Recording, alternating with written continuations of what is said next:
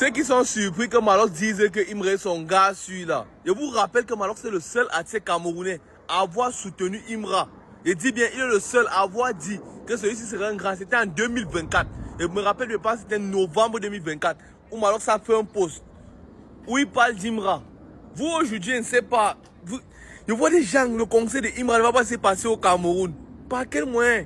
Vous allez faire comment? Un petit. Que le concert, un concert où Malox sera de la partie, ça ne va pas se passer au Cameroun. On va se gâter en ces Camerounais, vous n'allez même pas comprendre. Faites, on veut voir. Faites ce que vous allez faire, on veut voir. Imra n'a jamais parlé de vous. Il ne vous a jamais clashé, que ce soit, je ne sais pas, en statut n'a pour quoi que ce soit. Il n'a jamais clashé un Camerounais. S'il a eu à faire des clashs avec des Camerounais, c'était juste des réponses aux attaques. Donc ça veut dire qu'il y a d'abord eu une attaque, après il a juste répondu. Il n'a jamais dit au grand jamais. Vous voulez venir mettre votre haine sur lui. Mais mettez alors, c'est le king qui est en face. Il faut mettre, on va voir. Un petit. Ok. J'ai dit, les promoteurs du conseil de Imra là, vous connaissez non? Quand Malox c'est déjà des. Quand Malox sera en tête d'affiche guest star du conseil, on va voir. Nous, la résistance, grand fan de Malox, on va voir comment le concert ne va pas se passer au Cameroun, on va voir. Vous allez nous dire, ne vous inquiétez pas, ça arrive, c'est bientôt.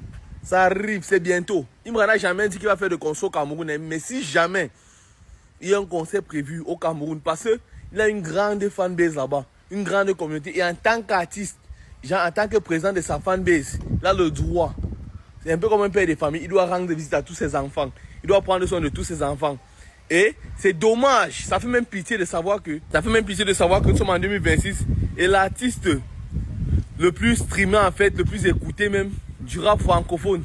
Il a déjà eu à faire le tour de certains pays. Ils ne sont pas encore venus au Cameroun, qui est la plaque tournante du showbiz en Afrique centrale. Et qui autrefois était même la plaque tournante du showbiz en Afrique.